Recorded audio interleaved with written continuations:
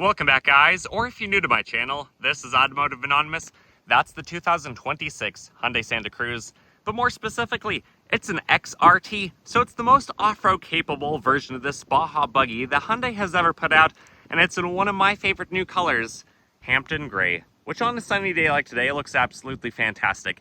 But while this is one of the most interesting crossover unibody off-road vehicles that you can currently buy, it's not perfect. So today I'm going to share the good, the bad, and the ugly about the 2026 Hyundai Santa Cruz to help you guys at home decide if this might be the right vehicle for you, or if you should leave it at the lot and look at the other 5-seater competition to this. So today you can expect to see a walk around, all the specs, initial driving impressions, 0 to 60 on GPS, and then my final thoughts.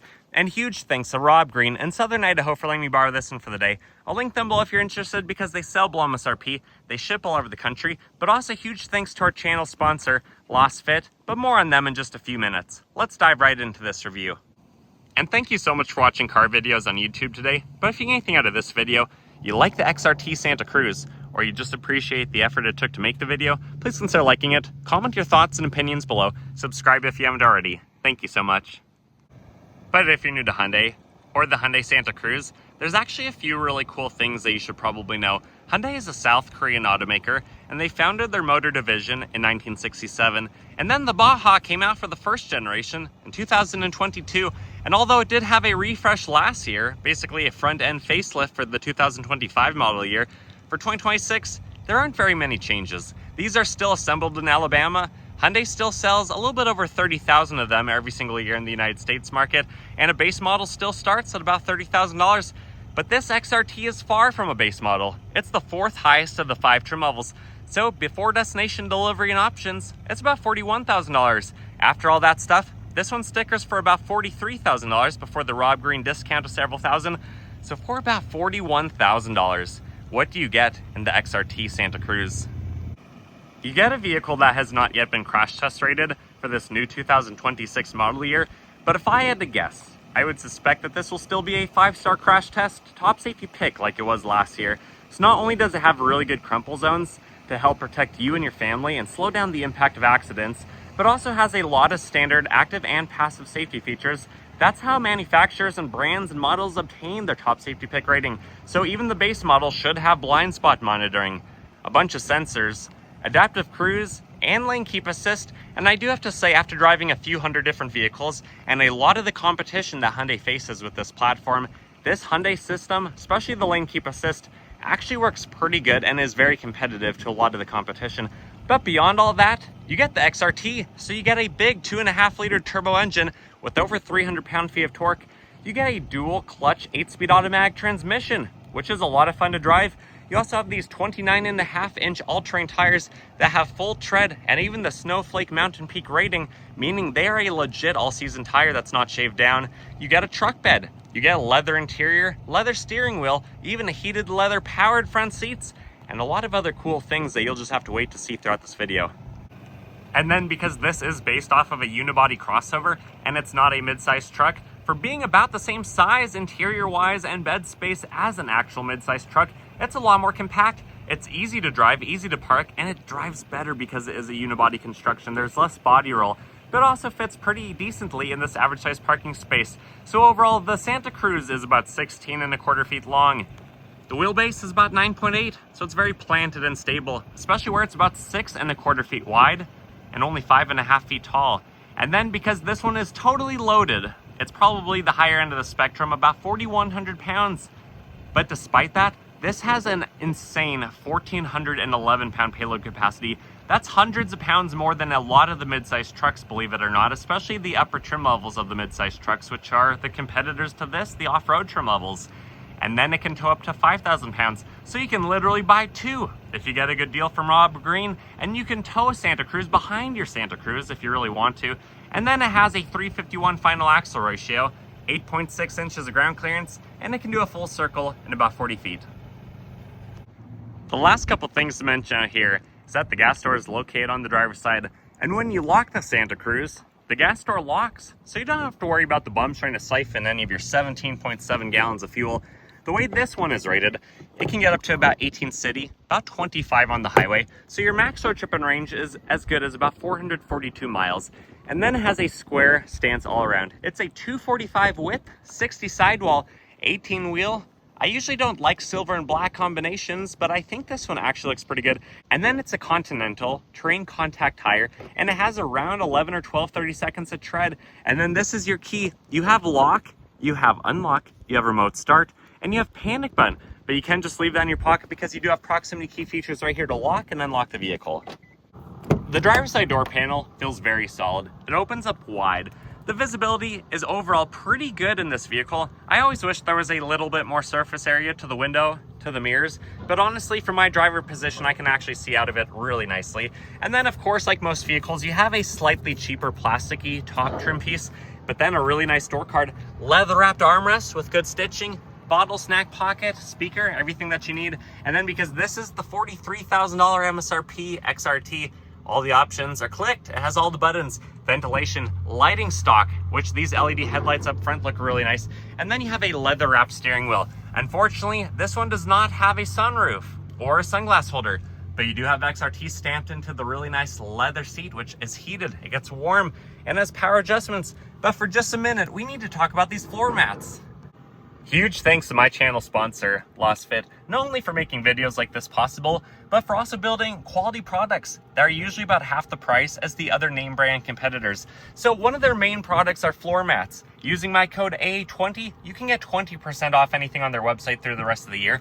And these floor mats, while not being the worst ones I've seen, they do have a little bit of a lip. They do have some dead pedal protection, and it does curve up just a little bit. There's still areas where it falls short. It's also very flimsy, very floppy. So when you do have to pull a factory all-weather mat out, either a carpeted one or one of the more expensive all-weather ones, which you usually option on vehicles, they're so flimsy that usually you spill whatever you're trying to get out of the vehicle into the carpet because it doesn't have the rigidity needed to hold itself in place. That's not the case with Lasfit. They are a quality product. There's more surface area and they're very affordable. Even before my 20% discount, a set of floor mats for the front and the back of the Santa Cruz costs about $140, and for the bed, it's about $120. So with my code, you can get all those mats, front, back, and bed protection for close to $200. That's a pretty good deal. Thank you, Lasfit, for supporting today's video, and all their information and my discount code is linked in the description below. Sitting inside the Santa Cruz is a very nice vehicle, especially at this trim level. If you guys haven't been in a modern Hyundai vehicle lately, I highly recommend you go to the dealership and try one out. This feels like a high-end vehicle. It feels like a vehicle that probably costs more than $40,000, let alone all the cool stuff it has, like the turbo and the all-terrain tires. But when you fire it up, what looks like a massive piece of glass turns into two separate screens. Personally, it's not my favorite. I like analog gauges. I don't like all this reflection. I don't like that you can see my fingertips dancing around on the screen. But despite that, the clarity's pretty good. I love the turn signals on this car. I love how they come to life. I don't necessarily like that these are all touchscreen buttons for HVAC, but at least it's its own dedicated selection. It's not tied into a bigger screen, and you can access them all the time, which is really nice. The horn, it's high-pitched, but it's very loud. That seems to be the sensor that looks for your eyeballs, and if you look away or if you even block it with your hand, the car will eventually start to beep at you.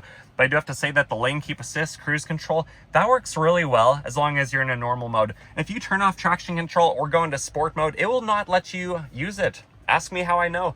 Otherwise, you have a lot of good options down here. Storage space, ventilation, plugins, all the things. The backup camera and 360-degree cameras are super clear on this vehicle too. I really like how those operate. You have your different drive modes, auto vehicle hold, your hill descent, your camera button, and your electronic parking brake. A couple cup holders, and then an interestingly open, oh, looks like it fell out of place. We have a lifting tray, and then we have a pretty good sized center console. Up top though, we just have LED headlights and a few extra SOS type of buttons.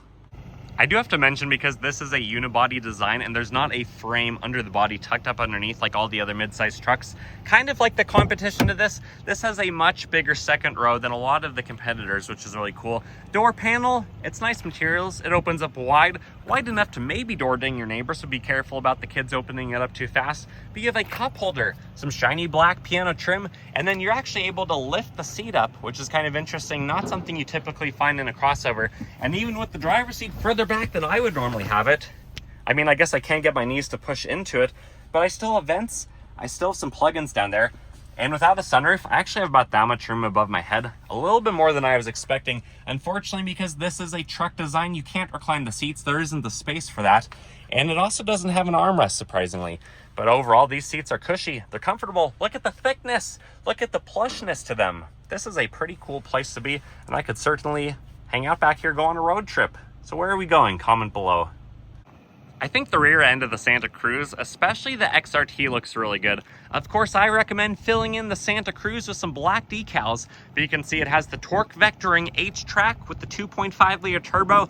You have XRT badge right there on the left side. You even have a step like a heavier duty truck. You also have more all-terrain tire than some of the mid-sized trucks. And then this is a pretty interesting tailgate. When you lower it down, it is soft touch. It's pretty easy to also slide this in. It kind of does the work for you. So this is about 28 cubic feet of room. The walls of the bed are about 19 inches tall.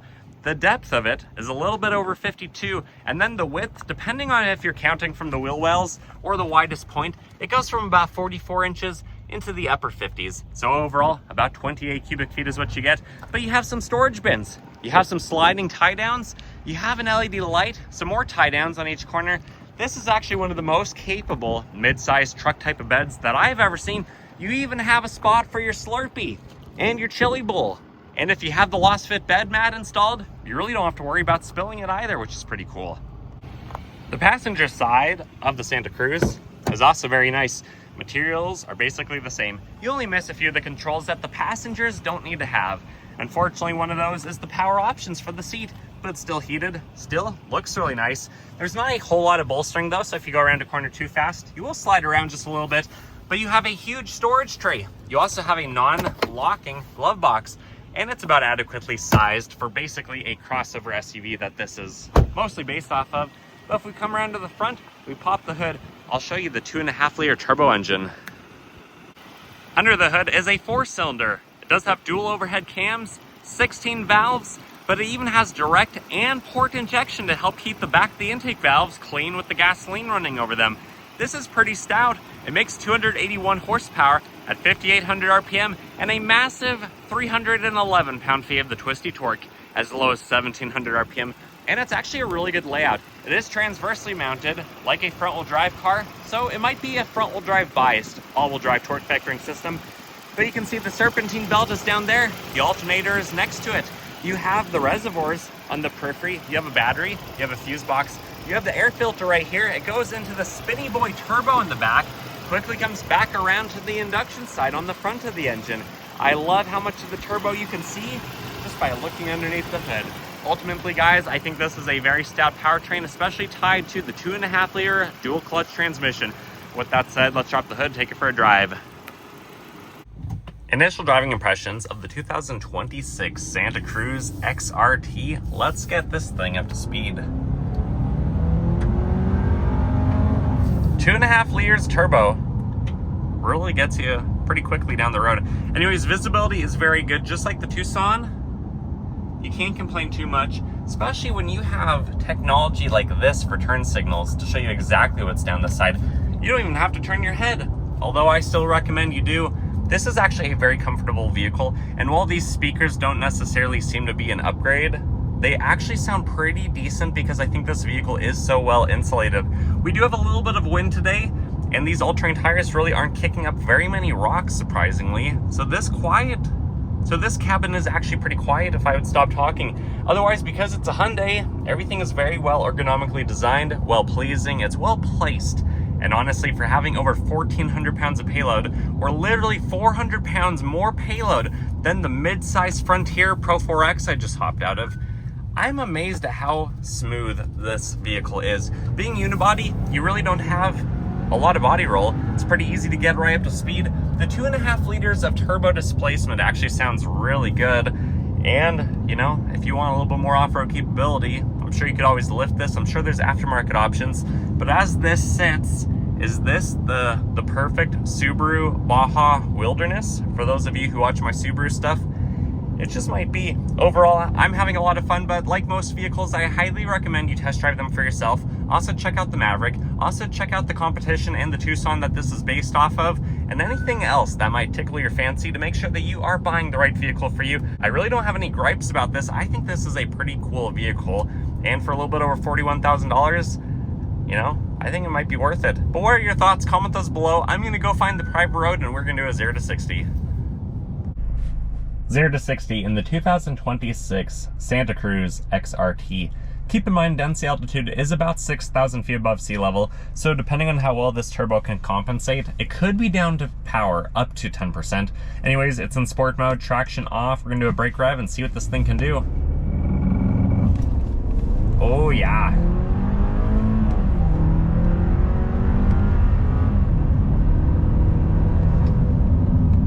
And true 0 to 60 came in at 7.29 seconds. Not bad, given the fact that we're over a mile above sea level today. My final thoughts of the 2026 Hyundai Santa Cruz, but specifically this turbo XRT trim level, is this is a vehicle that I don't want to give back. I actually really like this. Guys, if they made a Subaru Baja Wilderness Outback, I'd probably buy it. Now that I've finally driven the new XRT with the facelift from last year, this is also a vehicle that I would highly consider. I think if you can get it for $41,000 or cheaper from a company like Rob Green, you're making a pretty good deal for yourself. This offers a lot of tech, a lot of quality. It has a good dual clutch transmission, a competent 2.5-liter engine that has a turbo, easily accessible, and port injection. This has a lot of things going for it. It has roof rails, a truck bed, cargo mat, you know, or bed like a bed mat sort of thing. It has full-size back seats for the most part. There's really not a lot of compromises. It can even get 25 miles per gallon on the highway. And if you're the first owner who keeps this for a long time, you have like 5 years of bumper-to-bumper warranty and like 10 years of powertrain warranty. That is absurd. I think this is a very cool vehicle, but ultimately I would love to hear your thoughts and your opinions. Would you guys buy one? Have you owned one? Why are only 30-some thousand people buying these each year? Heck, there should be 30,000 sales of just the XRT. Anyways, that's my opinion. What's yours? I'm just a random person with a camera and a vehicle for the day. Check out the Rob Green Auto Group. Check out Lasfit. They are both great companies to work with. And like this video if you got anything out of it. Can't wait to see you guys on the next one. See ya.